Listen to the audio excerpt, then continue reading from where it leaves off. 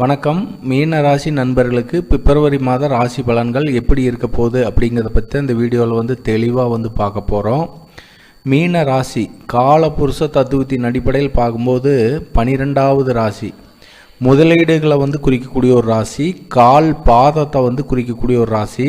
மீன ராசிக்காரங்களுக்கு பிப்ரவரி மாதத்தில் எந்த மாதிரி பலன்கள் எல்லாம் நடக்கும் அப்படிங்கிறத பற்றி தெளிவாக பார்த்துக்கலாம். அதுக்கு முன்னாடி உங்கள் ராசி அதிபதின்னு சொல்லக்கூடிய குரு பகவானை பற்றி சில விஷயங்களை நீங்கள் கட்டாயம் தெரிஞ்சுக்கணும். ஏன்னா குரு பகவான் தான் புத்தர காரகன் சொல்லக்கூடியவர். ஒருத்தங்களுக்கு குழந்தை செல்வம் கிடைக்கணும் அப்படின்னா அந்த குருவுடைய கடாட்சம் இருந்தால் தான் அந்த புத்தர பாக்கியம் ஏற்படும்.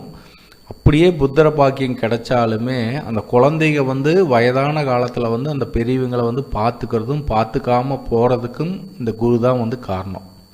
குரு நல்லா இருந்தார் அப்படின்னா மட்டும்தான் அவங்களுக்கு குழந்தைங்க பிறக்கும். குழந்தைங்க மூலிமா நல்ல ஒரு அனுகூலமான பலன்கள் நடக்கிறது, குழந்தைங்க நிறைய சம்பாரித்து கொடுக்கறது, இந்த மாதிரி சுப பலன்கள் நடக்கும். உலகத்தில் இருக்கிற மொத்த பணத்துக்கு அதிபதி குரு பகவான் தான். நேர்மையான சிந்தனை உடையவங்க யார் அப்படின்னா அந்த குரு பகவான் தான். உயர்ந்த மனிதர்கள்னு சொல்லக்கூடியவங்க இந்த குருவுடைய ராசியில் பிறந்தவங்க தான். குருவுடைய தன்மையில் இருக்கிறவங்க தான்.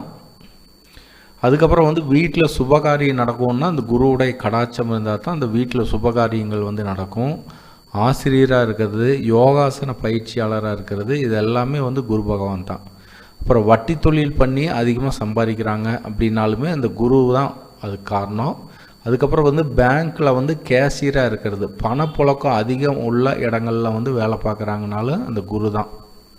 பணத்தை வச்சு தொழில் பண்ணுறது, தங்க கடை வச்சுருக்கிறது, இது எல்லாமே குரு தான். அப்புறம் நீதிபதியாக இருந்து தீர்ப்பு சொல்கிறதும் குரு பகவான் தான்.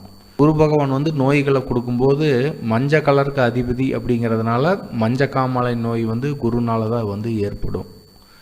அதுக்கப்புறம் மூச்சுக்குழல், மூக்கில் ஏதாவது பிரச்சனை வருது அப்படின்னாலுமே குரு பகவான் பாதிக்கப்பட்டிருக்கும் போது அந்த மூக்கில் பிரச்சனை வர்றது, கல்லீரல் பிரச்சனை வர்றது, உடல் பருமனால் வரக்கூடிய அந்த கொழுப்பு வியாதிகளுக்கு எல்லாமே குரு பகவான் தான் அதிபதி.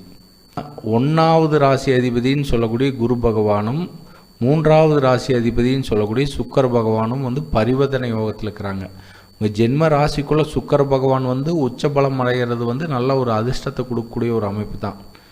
அவர் ஆதிபத்திய ரீதியாக மீன ராசிக்கு கெடுதல் செய்யக்கூடியவராக இருந்தாலுமே அவர் ஒரு சுபகிரகம், ஒரு நன்மையான குணங்களை தான் கொடுப்பார்.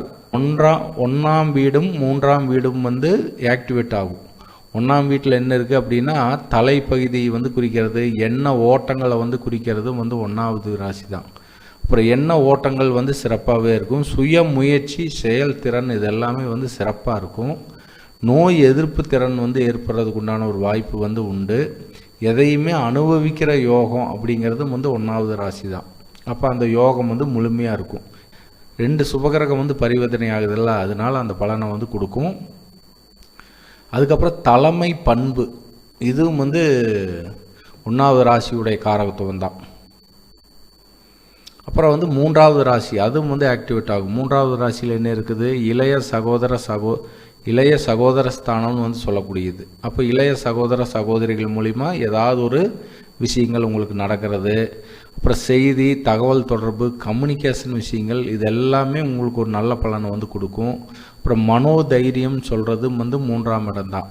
முயற்சி ஸ்தானம் சொல்கிறதும் 3ஆம் இடம் தான். அப்போ 3ஆம் அதிபதியும் உங்கள் ராசி அதிபதியும் பரிவர்த்தனை யோகத்தில்ங்கிறதுனால அதிகமாக முயற்சி பண்ணுவீங்க. எந்த ஒரு விஷயத்துலையுமே சிறுதூர பயணங்கள், 1ஆம் அதிபதி 3ஆம் அதிபதி பரிவர்த்தனையில் இருக்கிறதுனால ஒரு இடத்துல உங்களால் உட்கார முடியாது. அடிக்கடி ஏதாவது ஒரு பயணங்கள் இருந்துகிட்டே இருக்கும், நீங்கள் நகர்ந்துக்கிட்டே இருப்பீங்க. இதை நல்லா கவனித்து பார்த்தீங்கன்னா உங்களுக்கு தெரியும்.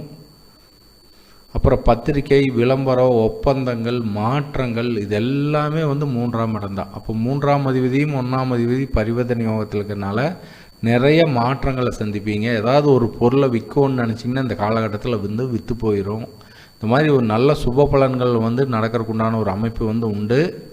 கம்யூனிகேஷன் சார்ந்த விஷயத்தில் உங்களுக்கு ஒரு அற்புதமான நல்ல யோக பலன்கள் உங்களுக்கு கட்டாயம் நடக்கும். சுபகிரகன்னு சொல்லக்கூடிய சுக்கிர பகவான் ஜென்ம ராசிக்குள்ளே இருக்கும்போது மனசு ஒரு என்ஜாய்மெண்ட்டாக இருக்கும். அதுக்கப்புறம் உங்கள் ராசிக்கு தனாதிபதி, பாக்கியாதிபதின்னு சொல்லக்கூடிய யோகாதிபதின்னு சொல்லக்கூடிய செவ்வாய் பகவான் உங்கள் ராசிக்கு 4ஆம் இடத்துல இருக்கிறது நல்ல ஒரு அற்புதமான அமைப்பு.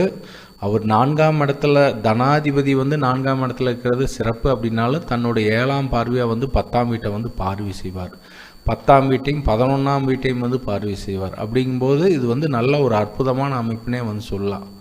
யோகாதிபதி வந்து கேந்திர ஸ்தானத்தில் இருக்கிறது வந்து நல்ல ஒரு அற்புதம். தொழில் சார்ந்த விஷயத்தில் வந்து தொழில் சார்ந்த விஷயம், உத்தியோகம் சார்ந்த விஷயம், வியாபாரம் சம்மந்தப்பட்ட விஷயத்தில் வந்து ஒரு நல்ல பலனை கொடுக்கும், ஒரு நல்ல லாபத்தை கொடுக்கும். ஏன்னா அவர் தனாதிபதியாக இருந்து 10ஆம் வீட்டை பார்வை செய்கிறதுனால தொழில் சார்ந்த விஷயத்தில் வந்து நல்ல ஒரு வருமானம் கிடைக்கிறதுக்கு உண்டான ஒரு அமைப்பு வந்து உண்டு. பணத்தை வந்து முதலீடு பண்ணி தொழில் பண்ணுறவங்களுக்கு எல்லாமே வந்து நல்ல ஒரு வருமானம் வந்து கிடைக்கும். அப்புறம் பேச்சை வந்து தொழிலாக பண்ணிட்டு இருக்கிறவங்களுக்கும் வந்து நல்ல ஒரு வருமானம் வந்து கிடைக்கும். டீச்சிங் லைனில் இருக்கிறவங்க, விளம்பரத்துறையில் இருக்கிறவங்களுக்கு இது எல்லாத்துக்குமே வந்து நல்ல ஒரு பொருளாதாரம் வந்து கிடைக்கிறதுக்கு உண்டான ஒரு அமைப்பு வந்து உண்டு. உங்கள் ராசிக்கு 4ஆம் அதிபதி 7ஆம் அதிபதினு சொல்லக்கூடிய புத பகவான் லாபஸ்தானத்தில் இருக்கிறதுனால 4ஆம் இட விஷயங்கள் 7ஆம் இட விஷயத்தின் மூலிமா வந்து ஏதாவது ஒரு லாபங்கள் வந்து உங்களுக்கு இருக்கும். அப்போ வீடு, வண்டி, வாகனங்கள் சார்ந்த விஷயத்தில் ஏதாவது ஒரு லாபங்கள் வந்து கிடைக்கிறதுக்கு உண்டான ஒரு வாய்ப்பு.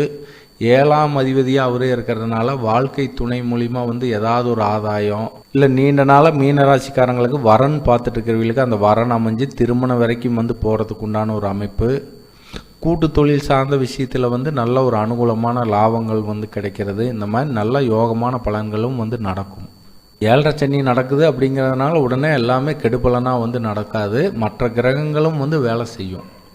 கிரக பயிற்சிகள்னு பார்க்கும்போது பிப்ரவரி 12ஆம் தேதி புதன் வந்து கும்பராசிக்கு வந்து பயிற்சி ஆகிறார். அதுக்கப்புறம் பிப்ரவரி 14ஆம் தேதி சூரியன் வந்து கும்பராசிக்கு வந்து பயிற்சி ஆகிறார். அதுக்கப்புறம் பிப்ரவரி 28ஆம் தேதி புதன் வந்து மீனராசிக்கு வந்து பயிற்சி ஆகிறார். புதன் மட்டும் பிப்ரவரி மாதத்தில் 2 டைம் வந்து பயிற்சி ஆகிறார். மற்ற கிரகங்கள் எல்லாமே வந்து பிப்ரவரி மாதத்தில் அதே இடத்துல தான் இருக்கும். மீனராசி பொறுத்தளவுக்கு ஜென்ம ராசிக்குள்ளே சுக்கிர பகவான் வந்திருக்கிறதும் உங்கள் ராசியாதிபதி வந்து 3ஆம் இடத்துல இருக்கிறதும் சிறப்பு தான். யோகாதிபதின்னு சொல்லக்கூடிய செவ்வாய் பகவான் கேந்திரஸ்தானத்தில் இருக்கிறதும் வந்து நல்ல ஒரு வலிமையான பலன்கள் வந்து உங்களுக்கு நடக்கும். நீங்கள் எந்த விஷயத்தில் கவனமாக இருக்கணும் அப்படின்னா, அதாவது மெயினாக வந்து மீனராசிக்காரங்களுக்கு வந்து சந்திர திசையோ சந்திர புத்தியோ இல்லை சனி திசையோ சனி புத்தியோ நடந்துட்டு இருந்ததுன்னா கட்டாயம் நீங்கள் தான் வந்து ரொம்ப கவனமாக இருக்கணும். ஏன்னா 7.5 சனிங்கிற அமைப்பில் வந்து முதல் பகுதின்னு சொல்லக்கூடிய விரயச்சனி வந்து உங்களுக்கு நடந்துட்டு இருக்கிறதுனால இந்த காலகட்டத்தில் தான் வந்து உங்களை கூப்பிடுவாங்க. நம்ம ஏதாவது பிஸ்னஸ் பண்ணி பெரிய ஆளாக வந்துடலாம், அப்படி பணத்தை முதலீடு போட்டு டபுளாக எடுத்துடலாம், ட்ரிபிளாக எடுத்துடலான்னு வந்து யாரோ ஒருத்தர் வந்து ஆசை வார்த்தைகளை வந்து கூறுவாங்க. அதை பேச்சை கேட்டுட்டு நம்ம கொண்டு போய் பணத்தை வந்து இன்வெஸ்ட் பண்ணோம்னா ஃபுல் பணமும் போய் லாக் ஆகிக்கும். அதனால் தேவையில்லாமல் எந்த ஒரு விஷயத்துலையுமே ஈடுபடாமல் நீங்கள் உண்டு உங்கள் வேலை உண்டுன்னு இருக்கிறது வந்து சிறப்பு.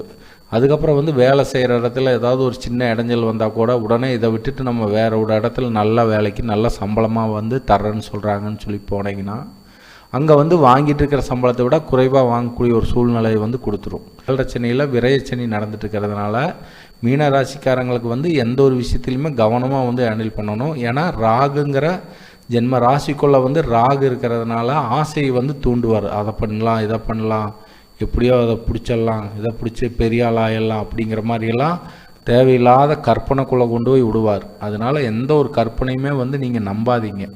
வந்து பூரட்டாதி நட்சத்திரம், உத்தட்டாதி நட்சத்திரம், ரேவதி நட்சத்திரத்தில் வந்து பிறந்திருப்பீங்க. உங்கள் ஜென்ம நட்சத்திரம் வந்து 27 நாளைக்கு ஒரு டைம் வந்து வரும். அந்த நாள் வந்து நீங்கள் திருநள்ளார் போய் சனீஸ்வர பகவானை வந்து நீங்கள் மனமுருகி வேண்டிட்டு வந்தீங்கன்னா சனி பகவானால் ஏற்படக்கூடிய அந்த கெடுபலன்கள் குறைஞ்சி உங்களுக்கு நன்மையான பலன்கள் வந்து அதிகமாக வந்து நடக்கும். மீனராசி நண்பர்களுக்கு வந்து அதிர்ஷ்டமான திசைன்னு பார்க்கும்போது வடக்கு திசை வந்து உங்களுக்கு நல்ல ஒரு அதிர்ஷ்டத்தை வந்து கொடுக்கும். அதிர்ஷ்டமான கலர்னு பார்க்கும்போது மஞ்சள் கலரை வந்து நீங்கள் அதிகமாக வந்து பயன்படுத்துங்க. அதிர்ஷ்டமான எண் அப்படின்னு பார்க்கும்போது 3ஆம் எண் வந்து அதிர்ஷ்டமான ஒரு எண்ணாக இருக்கும். அதனால் அதிகமாக வந்து 3ஆம் எண்ணை வந்து பயன்படுத்துங்க. வழிபாடுன்னு பார்க்கும்போது தட்சிணாமூர்த்தி வழிபாடை வந்து நீங்கள் தொடர்ந்து செஞ்சுட்டு வரலாம். அதுக்கப்புறம் வந்து திருச்செந்தூர் போய் முருகனை வந்து வழிபாடு பண்ணுறது வந்து நல்ல ஒரு அதிர்ஷ்டத்தை கொடுக்கும். ஏன்னா அந்த முருகன் வந்து குருவாகவே வந்து அங்கே காட்சி தர்றார். அப்படிங்கும்போது நல்ல ஒரு அதிர்ஷ்டத்தை கொடுக்குங்கிறதுல எந்த ஒரு மாற்று கருத்தும் இல்லை. மீனராசிக்காரங்களை பொறுத்தளவுக்கு பிப்ரவரி மாதத்தில் வந்து கிரகங்கள் வந்து நல்ல பொசிஷனில் இருக்கிறதுனால அதிகப்படியான நல்ல பலன்களே உங்களுக்கு நடக்கும்னு சொல்லி மீண்டும் வேறொரு பதிவில் சந்திக்கலாம் நண்பர்களே. வணக்கம், வாழ்த்துக்கள்.